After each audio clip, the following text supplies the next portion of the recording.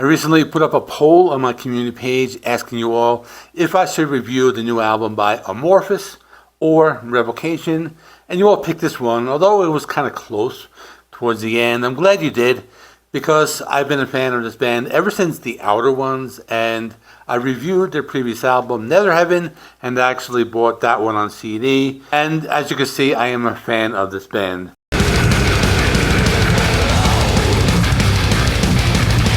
First, let's talk about some of the guest spots that are on this album. We have Travis Ryan of Cattle Decapitation, who brings his harsh vocals to Confines of Infinity.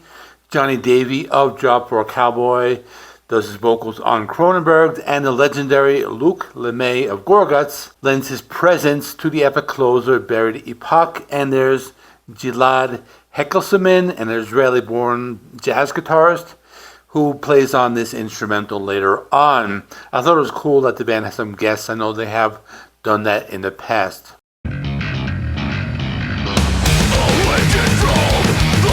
Before we get to the music itself, I want to talk about some of the themes running through New Gods, New Masters, because they really shape the whole experience. The record paints a picture of a world where technology has basically replaced traditional gods, where we worship innovators and machines like these modern-day deities. Throughout the album, there are warnings about artificial intelligence rising to power, the dangers of tech addiction, and the way digital avatars blur the line between who we really are and the false identities we create online. There's even a little bit of sci-fi body horror, which gives some songs this twisted vibe. I'll talk about that later. Each track feels like its own little story in this bigger techno-dystopian vision. It all ties back to the unsettling question of whether we're all still in control or if our creations have already started calling the shots.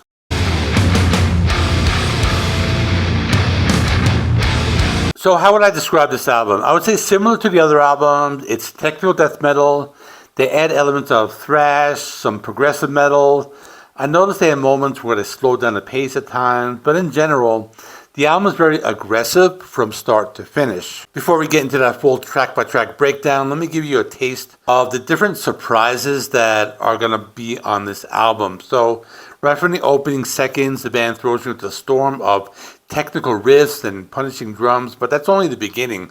A little later, there's a track where everything suddenly drops into silence in a split second before exploding into this maze of progressive melodies and intricate solos, and another song sounds like straightforward death metal, but it just takes a complete U-turn halfway through and goes double speed like it's trying to break the sound barrier. And at one point, you hear a piece that sounds with this deceptively gentle, almost classical guitar passage before it shifts gears into one of the most chaotic assaults on the album. Near the end, there's a 7-minute epic that teases a quiet atmospheric break before unleashing one of the heaviest payoffs ever recorded on any of their albums. These little twists keep the album unpredictable and make every track feel alive, so stick around. I'm going to walk through all these moments and explain why this is one of Revocation's most exciting releases yet. The album opens with the title track, and it's what you would expect from the band. Lots of death metal style riffs. They're very intense. There's drum patterns and these harsh vocals. I was impressed with the speed of the drumming. I like that aspect of the song. I also noticed this band is using a lot more negative space. There was one part in the song that goes silent for about a second and then turns into this more progressive metal with complex melodies and intricate guitar solos. So that was one thing I noticed with this album. They're starting to get a little more proggier than usual, or at least that was my opinion. After this is a track called Sarcophagy of the Soul. More of their signature sound with lots of complex changes and technical playing. I heard more of them using traditional death metal style guitar riffs. They're also using some isolated guitar in some parts of the song. I like that aspect of it, and it keeps things interesting with sometimes the music of this type of, it can get maybe start to sound the same and bleed into each other. But that was not the case with this album. I think each song had its own unique identity. My favorite part of the song was the fact you can hear the bass guitar doing its own thing during certain parts of the song. As we get to track 3, you hear a little bit of a shift in sound. The song is called Confines of Infinity, and this is the one with Travis Ryan. I said it was a change in sound because it started very slow with a heavy pummeling pace, but then they go double time later on in the song and just break the speed limit. So the songs don't have one particular tempo. It has lots of fast and slow moments. This also has that brutal death metal sound similar to Cattle Decapitation.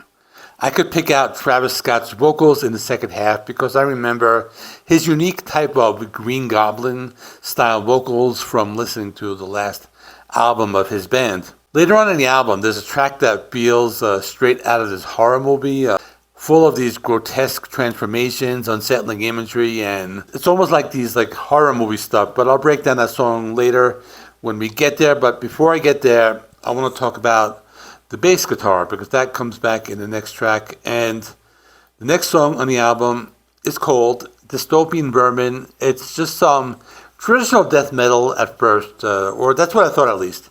Kind of reminded me of some classic Cannibal Corpse with some hardcore vibes mixed in. I guess it was the shouted vocals that made me think that. It seemed a little more straightforward. I still liked it, especially the parts where it was just chugging guitars and the vocals.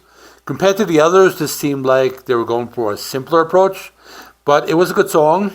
But as I was saying, the album has a lot of progressive metal sounds that can be heard, especially on this next track. So the next track is called Despiritualized, and the intro is very proggy, but then they do this short classical guitar part out of nowhere, then it goes full-on death metal. So in other words, the band is keeping you on your toes. The song is one of the more technical and complex ones with many intricate guitar riffs and intense drums and vocals.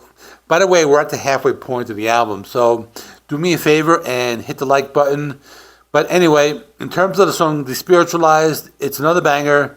As a matter of fact, I don't think there are any weak tracks going on here. Next track features an Israeli-born jazz guitarist, Gilad Hexelman. And I don't know if you remember, there was a show called Gilad's Bodies Emotions, and it made me think of that. It's a completely different guy, and it has nothing to do with the song. It just made me think of that, but the name of the song is All Singing. It's an instrumental, and it's very proggy. Lots of syncopated guitar riffs, progressive metal style guitar solos, a lot of stuff going on in terms of guitar playing, including cool guitar harmonics and a bunch of other stuff. All the different people playing different instruments are kind of doing their own thing, and you hear the bass part doing one thing, guitars doing another, and it's kind of crazy. I like the song a lot. But now it's time to return to what this band does best with a pair of songs that are more quick and to the point. But the second one is the one I was hinting at before.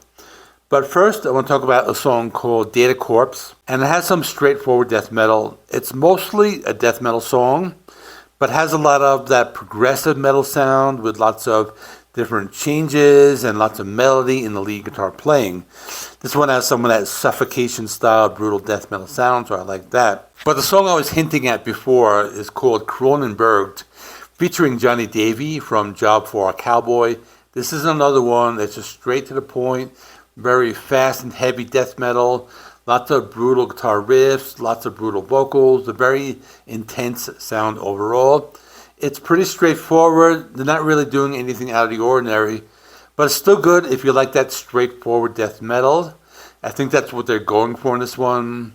And by the way, this song is a tribute to director David Cronenberg, and it's about somebody going through all these different transformations. So this song has references to movies like The Fly from 1986 and Videodrome, so I thought it would be interesting, and the music video has some cool practical effects. The last song is called Buried Epoch, featuring Luc Lemay. The song is long. It's over 7.5 minutes. It might be their longest song ever. I'm not sure. I didn't check. But if you think it is or think it isn't, let me know in the comments. So given that it's a 7.5 minute song, I'm expecting lots of different changes, and I get a few. There's one part about 3.5 minutes in, it gets kind of quiet, and then it goes into this kind of hardcore type of sound, and at least that's what I got from it. But in general, it's pretty much a longer version of many other songs where it's just fast and heavy throughout. And similar to a lot of the other songs, but just longer. That's what I want to say. But now for my final thoughts. I enjoyed it about equally or as much as this album here. But with that being said, they're two completely different albums. Netherheaven is more darker, with lyrics about the different levels of hell, the Dante's levels of hell or something like that. And it's very evil and suffocating. But the new one, it's more futuristic. It's about AI and technology, and it's a different sonic approach, but not necessarily heavier or lighter, just a different kind of intensity. That's what I thought of it, but I think I like them both equally, and I think each album stands on its own. For now, I'm giving this one an 8 out of 10. Who knows, it might go up by the end of the month, which is not too far away. Will probably be one of my next videos of my end of the month roundup. But anyway, if you enjoyed this review, check out my review of Netherheaven, which I did when this came out. I believe it was 2 years ago. And really perfect companion to the new album. Really shows how the band evolved. And while you're here, don't forget to like the video, subscribe to the channel, hit the notification bell so you never miss a new review. Your support really helps me in bringing you more rock and metal content every week. And I will see you in the next one.